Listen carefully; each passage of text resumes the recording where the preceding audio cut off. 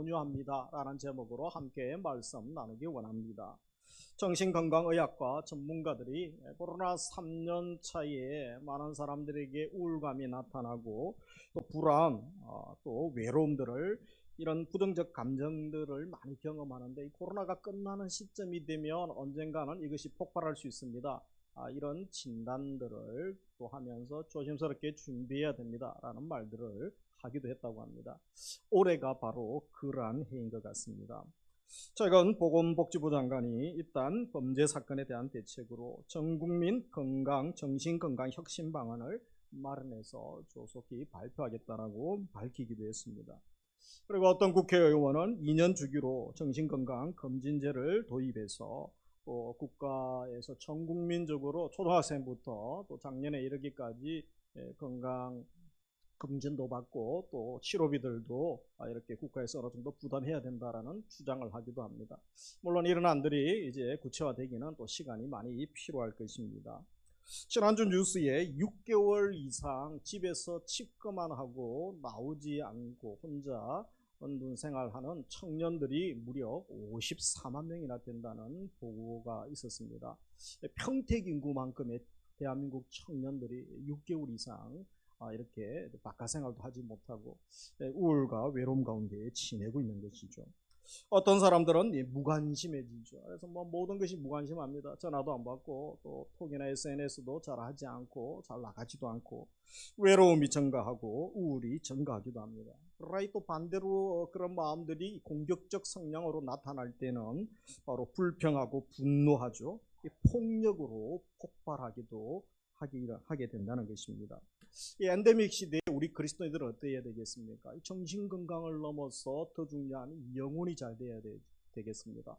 영적인 건강을 주시고 하나님 사랑을 회복하는 은혜를 오늘 우리 모두에게 부어주시기를 주의 이름으로 축복합니다. 말씀에 있는 것처럼 영혼이 잘 되고 범사가 잘 되어야 되지 않겠습니까? 중요한 것은 영적 건강이죠.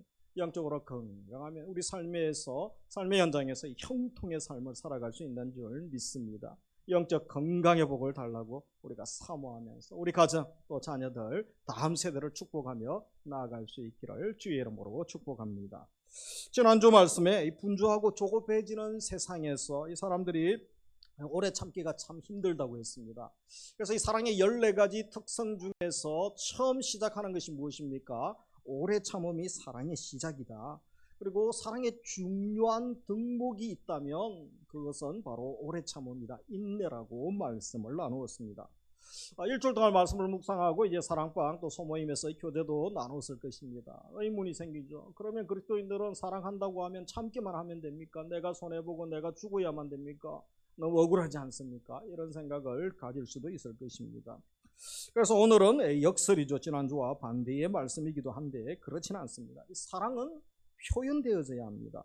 참기만 하고 절제하는 것은 사랑의 시작은 되지만 사랑의 완성, 전부라고 할 수는 없는 것입니다. 오래 참음이 소극적 사랑이라면 이제 적극적 사랑이 있어야 되는 것이죠. 그래서 사랑은 표현되어져야 됩니다. 사랑은 오래 참고 그렇게 먼저 말씀을 하면서 두 번째 다음 사랑의 덕목으로 나오는 것이 오늘 본문에 사랑은 온유하며 라는 말씀이 등장하는 거죠. 그래서 이 오래 참음이 소극적인 사랑의 한 면이라고 하면 온유하면은 뭡니까? 적극적인 사랑의 표현이다 라고 할 수가 있는 것입니다. 이 온유라는 단어 한자로 보면 따뜻하고 부드러운 것, 그것을 말하죠. 그런데 이 성경에서는 이 온유가 헬라어 원어적으로는 이 두 가지의 의미가 있습니다. 예수님에게도 이 두 가지가 다 나타나는 거죠. 그래서 먼저 원문을 죄송합니다만 필요한 단어이기 때문에 영어와 또 헬라어를 잠깐 언급을 하겠습니다. 하나가 이 프라우스라는 단어를 사용하고 또 하나가 이 크레스토스라는 단어가 사용되어집니다. 같이 온유로 번역되어지고 있는 단어인데 또 본문마다 조금 다를 수 있는 것이죠. 그래서 먼저 이 프라우스라는 단어는 어떨 때 사용되어지는가? 유순하고 겸손하고 끈기 있는 순종하는 어떤 영적 성품, 내면의 성품, 우리 성품을 이야기할 때 온유한 분이시구나. 그럴 때에 이 프라우스라는 헬라어 원어가 사용되어집니다. 우리 성경에 보면 그런 예가 많죠. 마태복음 5장 5절에 보면 온유한 자는 복이 있나니 그래서 젠틀이라는 단어를 사용해서 온유한 자, 땅을 기업으로 받을 것이다. 예수님은 마태복음 11장 29절에서 나는 마음이 온유하고 겸손하니 나의 멍에를 메고 내게 배우라. 그러면 너희 마음이 쉼을 얻으리니. 우리 성령의 열매 중에 갈라디아서 5장 22절 이후에 보면 자비와 양성과 충성과 온유와 절제니, 여기에 온유 성품이 나오는 거죠. 민수기 12장에 보면 모세는 어떻습니까? 온유함이 지면의 모든 사람보다 더하더라. 모세만큼 또 온유한 사람이 없었다는 것이죠. 시편 37편 11절 같이 읽습니다. 오직 온유한 자는 땅을 차지하며 풍부한 화평으로 즐거워하리로다. 그래서 온유한 자는 땅을 차지하며, 여기에 사용되어지는 이 온유함은 그들의 영적인 품성 또 내면의 성품을 이야기할 때 온유, 브라우스라는 단어가 사용되어집니다. 그런데 또 한 가지 크레스토스라는 단어가 있습니다. 이것은 태도와 행동을 표현할 때에 좀 더 적극적인 그런 어떤 표현의 모습이죠. 친절함을 이야기합니다. 그래서 우리가 친절하면 온유가 친절의 의미가 있습니다. 남의 필요에 민감하게 또 반응하고, 남에게 직접 친절을 베풀기도 하고, 또 실제적으로 돕고, 또 남에게 전달되어지는 그런 어떤 영성, 유익하게 하는 영성, 행동, 이런 것들을 이야기할 때 크레스토스라는 단어가 사용되어집니다. 그래서 우리말로 번역될 때는 이것이 온유로 번역되기도 하지만 인자, 또 선한 행실, 이런 식으로 번역이 되어집니다. 성경의 로마서 2장 4절에 보면 혹 내가 하나님의 인자하심이 너를 인도하여 회개하게 하심을 알지 못하여 그의 인자하심과 용납하심과 길이 참으심의 풍성함을 멸시하느냐. 그래서 인자하심, 이때 사용되어집니다. 고린도전서 15장 33절에 보면 속지 말라 악한 동무들은 선한 행실을 더럽히나니. 그래서 이 선한 행실도 같은 의미죠. 골로새서 3장 2절에 보면 긍휼과 자비와 겸손과 온유와 오래 참음을 옷 입고, 우리 그리스도인들이 입어야 될 옷, 그 중에 한 가지가 바로 온유가 여기에 등장합니다. 그리고 우리가 오늘 읽었던 고린도전서 13장 4절, 사랑의 특성을 설명할 때 사용되어지는 단어가 이 단어라는 것이죠. 사랑은 오래 참고 사랑은 온유하며, 크레스토스라는 단어가 사용되어집니다. 그래서 우리가 정확하게 번역하거나 의미를 이해할 때는 사랑의 온유함하며, 물론 예수님에게 두 가지가 다 나타나시죠. 그러나 오늘 본문에서는 사랑의 특성을 이야기할 때에 성품, 내면의 성품을 이야기하기보다는 무엇을 이야기한다고 볼 수 있습니까? 적극적으로 친절함을 행동으로 표현하는 것, 그것이 바로 오늘 본문에서 표현하고 있는 말이죠. 다른 말로 하면 사랑은 온유하며, 다른 말로 어떻게 우리가 이해할 수 있겠습니까? 사랑은 친절하며와 같은 말로 해석할 수가 있겠습니다. 그래서 우리 예수님은, 온유하신 예수님은 친절하신 분이십니다. 친절하신 예수님이시라면 예수님을 믿는 우리도 친절한 삶, 친절을 나누는, 베푸는 삶을 살아야 되는 것입니다. 그래서 우리가 지난주에 말씀 나눈 사랑의 14가지 특성 중에서 오래 참음과 오늘 온유를 우리 삶의 현장에 이야기하면 어떨 때 우리가 오래 참을 수 있습니까? 그것은 화를 내거나 자기 권리를 주장하고 이기적인 욕망을 표출하는 그런 감정을 드러내는 현장에서 우리가 참을 수 있습니다. 대적하는 사람에 대하여, 환경에 대하여 오래 참을 수 있죠. 그러나 적극적으로 사랑을 표현할 수가 있습니다. 온유함을 표현할 수가 있는 것이죠. 선을 행하고 다른 사람을 돕고 유익을 주고 친절을 베푸는 일에 내가 앞장서야 되고, 또 친절을 베풀 준비가 항상 되어져 있는 삶, 하나님의 자녀의 삶, 그리스도인의 삶이라고 할 수 있는 것입니다. 그러므로 사랑은 온유하며 친절하며 라는 이 말씀이 우리 삶에 어떤 도전, 의미를 주는지 세 가지 말씀을 오늘 나누기 원합니다. 첫째는 사랑은 친절함이 말과 표정과 행동으로 표현될 때에 그 가치가 있다라는 것입니다. 야고보 사도가 행함이 없는 믿음이 죽은 믿음이라고 야고보에서 언급하죠. 그래서 야고보서 2장 15절에 보면 만일 형제나 자매가 헐벗고 일용할 양식이 없는데 누구든지 그에게 이르되 평안히 가라, 덥게 하라, 배부르게 하라 하며 그 몸에 쓸 것을 주지 아니하면 무슨 유익이 있으리요. 그래서 야고보는 참 믿음은 반드시 행동하는 믿음이어야 된다. 믿음과 행함은 같이 간다라고 동면의 양면을 이야기하죠. 그래서 반드시 구제하고 선을 베풀고 또 나누고 섬기는 삶을 참 믿음의 백성의 모습이라고 이야기합니다. 마찬가지로 사랑도 그렇다라는 것입니다. 마음으로 아무리 사랑을 품고 있다 할지라도 표현되지 않는 사랑, 우리의 삶의 현장에 나타나지 않는 사랑은 참 의미가 없다라는 것이죠. 사랑은 반드시 표현되어지고 또 전달되어져야 되죠. 그래서 나는 사랑을 표현했다고 생각하는데 중요한 것은 뭐다? 상대방이 어떤 느낌을 받았느냐. 상대방이 그 사랑받았다는 느낌이 없다면 그것은 아직 덜 익은 사랑이다라고 할 수 있을 것입니다. 설 익은 사랑일 뿐이죠. 우리 한국 사람들은 이 사랑을 표현하는 데 있어서 가족이나 또 삶의 현장에 있어서 이 표현이 좀 궁색하고 약할 수가 있는 것입니다. 그냥 뭐 다 알지 이러면서 지나갈 수 있는 거죠. 그렇지 않습니다. 표현해야 될 것은 표현해야 되는 것이죠. 사랑은 온유하며 이 사랑은 친절하며 이 사랑은 표현되어져야 한다라고 말하고 있는 것입니다. 그래서 가족들 또 사랑하는 이들에게 사랑합니다. 참 잘했습니다. 수고했습니다. 힘드시죠? 힘내세요. 제가 지지합니다. 정말 멋지십니다. 그렇게 할 수도 있죠. 또 자녀들이 이전에 부모에게 어떻게 합니까? 지치고 힘든 아빠에게 아빠 힘내세요. 우리가 있잖아요. 그렇게 또 지지하고 또 사랑을 표현할 수가 있는 것입니다. 사랑은 표현하는 거죠. 그래서 우리가 관계 속에서 표현하고 드러낼 때에 그 가치가 있다라는 것입니다. 특별히 우리가 혼자 고매한 인격을 소유하고 있다고 할지라도 이 관계 가운데 유익되지 않다면 사랑하는 사람, 가족 사이, 집안에서 또 사랑하는 믿음의 사역자들, 동역자들 사이에서 이런 사랑이 표현되어지지 않다면 그것은 주님이 기뻐하시는 사랑의 모습이 아닐 수 있음을 기억을 해야 됩니다. 그래서 사랑은 반드시 표현되어져야 되고 또 전달되어져야 되는 것입니다. 이런 의미에서 우리 그리스도인들도 이 커뮤니케이션 기술을, 소통 기술들을 좀 배워야 합니다. 우리 제자훈련 하다 보면 이제 사역반에서 경청, 소통, 소그룹을 어떻게 특성과 장점들, 또 대화하는 법들을 배우게 되죠.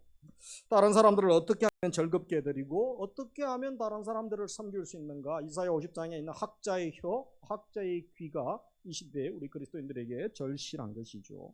그래서 연구를 해야 됩니다. 이 사람들 사이의 이 소통, 대화에 대하여 연구를 하는 전문가들 이야기를 들어보면 사람과 사람 사이에 전달되는 것은 말의 내용이죠. 팩트, 어떤 정보가 전달되지만 그것이 중요하죠. 그러나 그것보다 사실 상대방이 인식하고 느끼는 것은 더 중요한 것은 말의 내용이 아닐 수 있다고 합니다. 더 중요한 것은 그 목소리의 크기와 톤이 더 중요하고 그것보다 더 중요한 것은 말할 때의 얼굴 표정, 이 제스처라고 하죠. 몸짓 언어라고 그것에 대해서 연구한 학자들도 있는 것이죠. 그래서 사람들이 어떻게 전달되는가? 말의 내용은 7% 정도 전달되죠. 그래서 10분의 1이 되지 않는 거죠. 목소리가 38%, 또 얼굴 표정은 55% 정도가 전달된다고 합니다. 아무리 좋은 이야기와 하자가 없는 말이라 할지라도 그 말할 때의 목소리 톤이 어떠한가, 그 사람의 표정이 굳어 있는가, 아주 밝고 친절한 따스한 말로 하고 있는가, 그것에 따라서 이 전달이 완전히 달라지는 거죠. 그래서 여러분 학위는 박사학위가 몇 개 있는데 이 티칭 능력이 없는 분들이 있습니다. 가끔 교수님이나 강의들 들어보면 그죠. 이런 이 전달에 있어서 좀 아쉬움이 있는 경우도 있죠. 말할 때의 표정이 어떤 표정인가가 더 중요하다는 것입니다. 그래서 때로는 이 말에 실수가 있고 오해를 줄 수 있는 그런 행동을 했습니다. 그런데 정말 진심스럽게 손을 모으면서 또 웃으면서 죄송해요, 제가 실수했네요, 상처받지는 않으셔서 이렇게 하면 그죠, 별 문제 없이 또 법정 그런 소송이나 이런 것까지 가지 않고 지나갈 수가 있습니다. 그런데 사실을 이야기하고 옳은 소리를 했습니다. 진리를 말한다 하더라도 이 목소리에 분노가 담겨 있고 짜증이 담겨 있고 표정에 적대감이 묻어난다면 사람들이 화나는 거죠. 그 내용은 전달되지 않고 무엇만 전달됩니까? 저 사람이 나에게 분노하고 있구나, 짜증내고 있구나.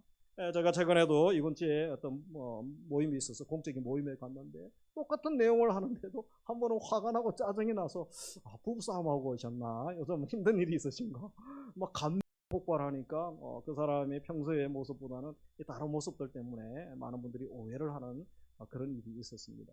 우리가 전달할 때 무엇이 전달되어지는가 중요하다는 것이죠. 전달되는 것은 7%의 내용만이 아니라는 것입니다. 38%의 목소리, 55%의 표정이 전달되는 것입니다. 그래서 이 사랑은 단순한 내용 전달만이 아니라는 것이죠. 말과 표정, 행동 모두에서 마음이 전달되어져야 됩니다. 그래서 상대방이 친절과 따스한 사랑을 느낄 때에 사람이 마음이 열려지게 되죠. 그래서 때로는 뭐 격려의 문자 전화도 하게 되고 또 간식이나 먹는 또 선물도 하게 되죠. 그래 마음이 열리게 되죠. 그때부터 또 하나님의 일들이 진행되어지는 것이죠. 우리 사회생활에서뿐 아니라 특별히 영적인 일, 우리가 10월 달에 새세명 축제가 있습니다. 아주 행복한 만나. 마음이 열리면, 입이 열리면 마음이 열립니다. 그래서 선물도 하고 단계별로 이제 또 우리 한 달 전부터 단계별로 어떻게 할 것인가 저희들이 계속 기도하면서 알려드릴 텐데 그때 함께 또 동참해 주시면 감사하겠습니다. 두 번째로 친절, 온유는 행동 이전에 마음의 태도라는 것입니다. 친절한 마음에서 우러나와야 한다는 것이죠. 그래서 말의 내용이 아무리 사랑합니다, 고맙습니다, 또 알았습니다 라고 하더라도 그 목소리 표정에서 사랑이 전달되지 못한다는 것은 그럴 수가 있는 것이죠. 그래서 그 사람의 마지못해서 억지로 그렇게 표현하는 것을 자기도 알고 상대방이 그 느낌들을 다 받는다는 것입니다. 그러므로 말이나 행동 이전에 마음의 태도가 더 중요함을 알아야 됩니다. 그래서 우리가 우리 마음에 친절을 말할 수 있는, 표현할 수 있는 에너지가 공급되어져야 됩니다. 우리에게는 그런 사랑, 따스함, 친절, 그런 섬김의 마음이 없는 것이죠. 예수 그리스도의 십자가의 사랑을 경험하고 하나님의 사랑이 부음받을 때 가능한 것입니다. 그래서 예수님의 섬김, 겸손, 희생, 깊이 우리가 느끼고 경험할 때 가능한 것이죠. 섬김의 정신이 우리 몸에 배어져야 자연스럽게 섬김과 또 친절이 나올 수 있는 것입니다. 뭐 억지로 한두 번은 어떤 행사 때문에 할 수 있죠. 그러나 자기도 어색하고 주위에 있는 사람도 저 사람이 갑자기 왜 저러나 그럴 수 있습니다. 그래서 우리가 날마다 말씀을 묵상하고 경건 훈련을 하고 훈련을 받으면서 계속 육의 그런 죄된 습성들을 벗어버리고 경건한 사람, 주님의 성품, 성령의 열매를 우리가 맺으면서 주님을 닮아가야 되는 거죠. 자연스럽게 섬김과 사랑과 친절이 나와야 됩니다. 우리 새가족들, 또 우리 안내하시는 분들, 새가족분과 사역팀들 매월 첫 주에 광고하고 경건해야 합니다. 첫 주에. 그래서 항상 강조하고 기도하는 게 뭡니까? 해와 같이 밝은 모습으로 섬기게 해달라고. 간밤에 부부싸움 하고 밤새 게임하다가 안내하고 이렇게 섬길 수 없습니다. 얼굴이 몸이 피곤하고 짜증난 게 다 느껴지죠. 그래서 우리가 주일을 일주일 전부터 준비하고 토요일 날 준비하고 주일 아침에 또 우리가 준비하고 기도하고 올 때에 그 얼굴에서 천국이 경험되어지는 거죠. 친절 따스함, 마음이 굳고 닫혀 있는데 상처 가득한 분이 그냥 주일 주차장에 오시다가 주차 안내하시는 분, 또 현관에서 안내하시는 분 얼굴 보고 로비에 왔는데 로비에 따뜻하게 환영하시는 분들 얼굴 보고 마음이 열려지고 찬양하다가 주를 만나고 말씀 듣다가 또 주를 만나고 치유와 회복의 역사가 일어날 수 있기를 계속 기도해 주시고 동참해 주시기를 원합니다. 우리 서비스라는 말이 있습니다. 아무래도 많이 쓰죠. 이게 라틴어에서 노예라는 단어인 세르브스에서 이 단어가 어원이 나왔다고 합니다. 그래서 이 단어가 영어에 들어가면 이제 종이라는 서번트가 나오게 되고 그리고 시중들 다 이 서비스로 발전하게 되어집니다. 그러나 이 서비스가 약자가 돈 벌기 위해서 강자들에게, 힘 있는 자들, 돈 있는 부자들에게 뭐 굽신거리는 행위, 이 정도 생각하면 얼마나 비굴하고 또 비참해지겠습니까? 사실 세상에서는 그런 것들이 많죠. 고급 식당이나 호텔에 가면 그저 서빙하시는 분들 억지로라도 웃으면서 친절하게 하려고 하지 않습니까? 또 그렇게 교육합니다. 그렇게 해야 내가 더 많은 팁을 받고 돈을 받을 수 있기 때문에 세상은 그런 식이죠. 그러나 우리 그리스도인들은 그래서는 안 되는 것이죠. 우리 그리스도인들은 다른 차원에서 이 사랑을 나누고 친절을 베푸는 삶을 살 수가 있는 것입니다. 그러므로 이런 섬김, 친절을 베풀기 위해서 우리가 먼저 십자가의 은혜를 경험하고 우리가 주님의 은혜를 경험할 때 그 사랑이, 그 은혜가 내게 폭포수 같은 사랑이 부음받을 때 우리도 흘러보내는 삶을 살아갈 수가 있는 것입니다. 마음에서 우러나오는 친절을 베풀 수 있는 것이죠.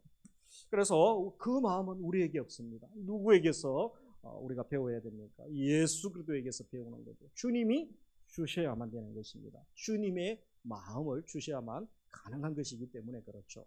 그래서 세 번째, 예수님의 사랑을 경험하고 예수님의 온유함을 배워야 됩니다. 우리가 진정으로 친절한 사람, 또 참된 사랑의 사람이 되기를 원한다면 우리가 예수님을 먼저 사랑하고 또 사랑을 경험하는 것이죠. 예수님에게서 겸손과 온유함을 배워야 됩니다. 돈 벌기 위해서 친절한 것과 정말 마음에서 우러나는 친절한 차원이 다르죠. 나도 알고 상대방도 알게 되는 것입니다. 예수님의 겸손을 배우면 우리도 친절할 수가 있는 것이죠. 온유할 수가 있는 것이죠. 그래서 우리 영혼을 위하여 자기 생명 전부를 바치시고 십자가에서 피투성이가 되신 예수 그리스도, 그 사랑을 내가 지금 경험하고 있습니까? 그 사랑을 경험한 지가 너무 오래되지 않았습니까? 다시 한번 무관심하고 자기 삶에 너무 매이고 이기적이고 점점 진리로부터 하나님의 사랑으로부터 멀어지고 있는 이 세태 가운데 오늘 2부 예배 들으시는 우리 성도님들과 가정, 자녀들에게 삶에 있어서는 하나님의 사랑이 부어받고 하나님의 또 은혜를 주셔서 회복시켜 주시고 치유해 주시고 깊은 은혜의 바다로 더 친밀함으로 나아갈 수 있는 은혜를 달라고 우리가 간절히 기도할 수 있기를 원합니다. 그래서 우리가 다른 사람에게 베푸는 이 친절 또 우리 섬김들이 어느 정도까지 우리가 할 수 있어야 되겠습니까? 어떠한 태도 모습으로 우리가 나타나야 되겠습니까? 우리가 궁금할 수 있습니다. 예수님이 어떻게 하셨는가? 예수님이라면 어떤 삶을 사셨는가? 우리가 보면 우리도 지혜를 얻을 수 있는 것이죠. 그래서 예수님이 어떤 삶을 사셨습니까? 마태복음 11장 19절에 보면 같이 읽습니다. 인자는 와서 먹고 마시며 말하기를 보라, 먹기를 탐하고 포도주를 즐기는 사람이요 세리와 죄인의 친구로다. 그래서 예수님은 뭐죠? 세리와 죄인의 친구였죠. 친구. 세리, 죄인, 또 병든 자들 예수님 가까이 예수님 곁에 왔습니다. 그러나 그 당시에 종교 지도자들은 이런 것은 철저하게 거리를 두었죠. 왜냐하면 율법 때문에 그렇죠. 그들 율법에 나병 환자나 더러운 병에 걸린 사람들 이 접촉을 금하게 됩니다. 부정타게 되는 것이죠. 그런데 신약에 보면 예수님이 오셨을 때 누구든지 예수님께 나아올 수 있고 예수님도 그들을 외면하지 않으셨습니다. 그들의 친구가 되어 주시는 모습. 무엇을 말합니까? 예수님은 누구든지 가까이 할 수 있는 분, 누구든지 가까이 할 수 있는 또 친근한 분이심을 보게 됩니다. 그런가 하면 또 예수님의 다른 모습이 나오죠. 마태복음 9장 8절에 보면 무리가 보고 두려워하여 이런 권세를 사람에게 주신 하나님께 영광을 돌리니라. 마가복음 10장 32절 보면 그들이 놀라고 따르는 자들은 두려워하더라. 우리 예수님의 또 다른 모습은 뭐죠? 결코 호락호락한 분이 아니었습니다. 세상 권세자들, 악을 행하는 그런 힘을 가진 자들 앞에서 예수님은 굴복하지 않으셨다는 거죠. 예수님의 말씀과 사역 앞에 세상의 왕도, 신하들도, 또 종교 지도자들도, 심지어 군인들, 권세자들도 모든 사람들이 두려워하고 놀랄 만한 분, 예수님의 권위가 나타난 것을 봅니다. 이것은 무엇을 말합니까? 함부로 할 수 없는 분, 그분이 바로 또 예수님이셨음을 보게 됩니다.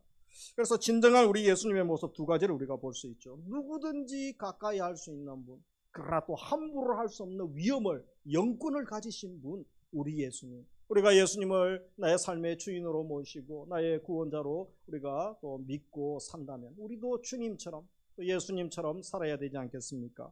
우리에게도 이런 모습이 나타나기 원합니다. 악한 자들, 세상 권세자들, 실력 있는 자들이 함부로 대할 수 없는 위엄, 영권을 우리에게 주시기를 주의 이름으로 축복합니다.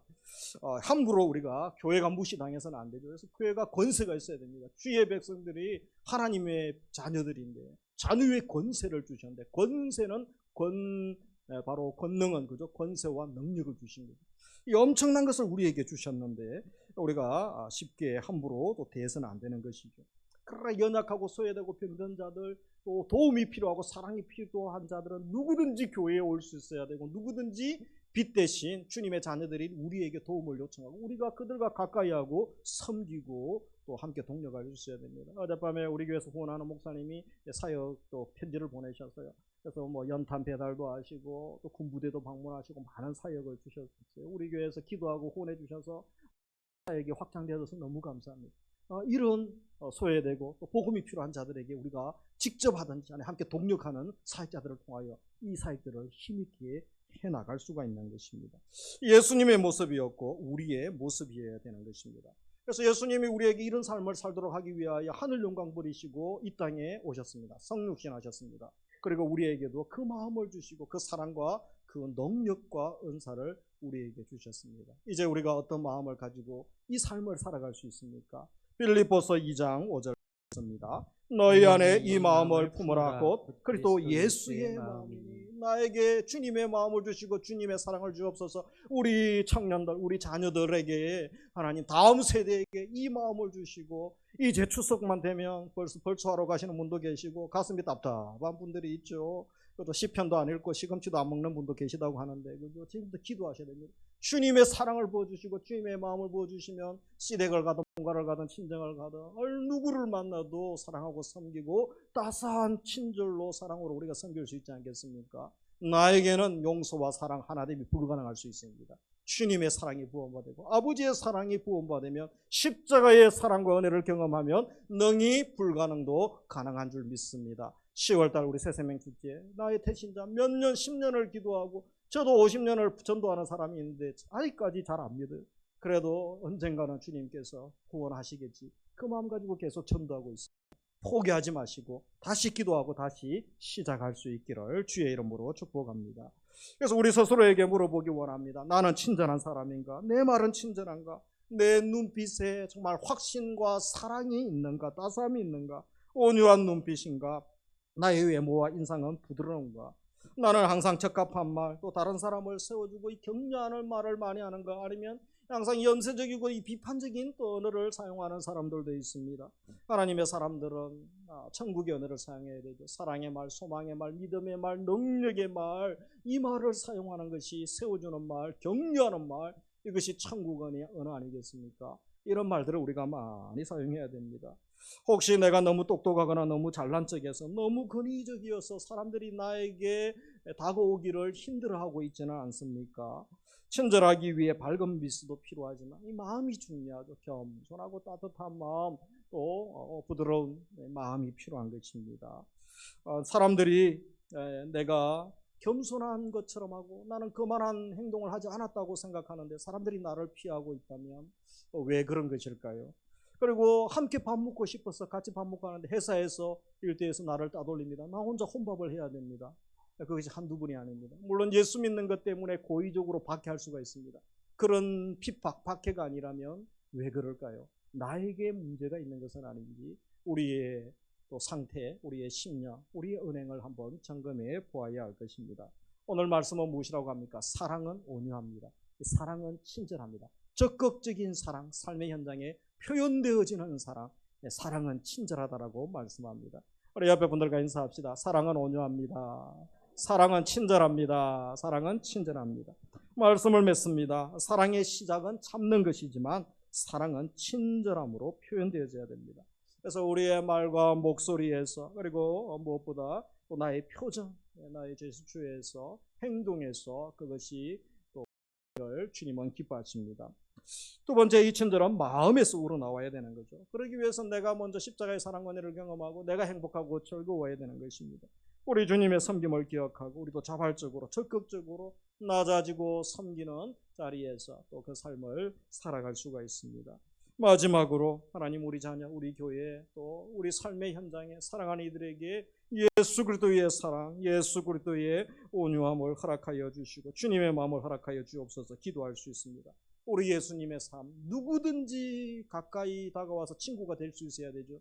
그러나 세상 악한 것들이 범접하지 못하는 그런 권위와 또 영권이 있어야 되는 것입니다. 우리 교회에, 한국 교회에, 우리 성도들에게, 우리 자녀들에게 그런 권위와 또 능력을 부어주시기를 우리가 사모하면서 기도할 수 있기를 원합니다. 한 주간 어떻게 살아야 되겠습니까? 우리 대신자들, 가족들, 또 만나는 모두에게 사랑의 사람, 예수님처럼 또 온유하시고 또 친절하신 우리 예수님 닮아서 우리 삶의 현장에서 사랑하고 섬기고 따스함과 친절로 나아갈 때 그들이 굳은 마음이 녹아지고 또 예수 그리스도의 십자가 복음을 받아들이고 함께 생명이 살아나고 공동체가 세워지는 역사가 일어나기를 주님의 이름으로 축복합니다. 우리 함께 말씀 생각하면서 찬양하겠습니다.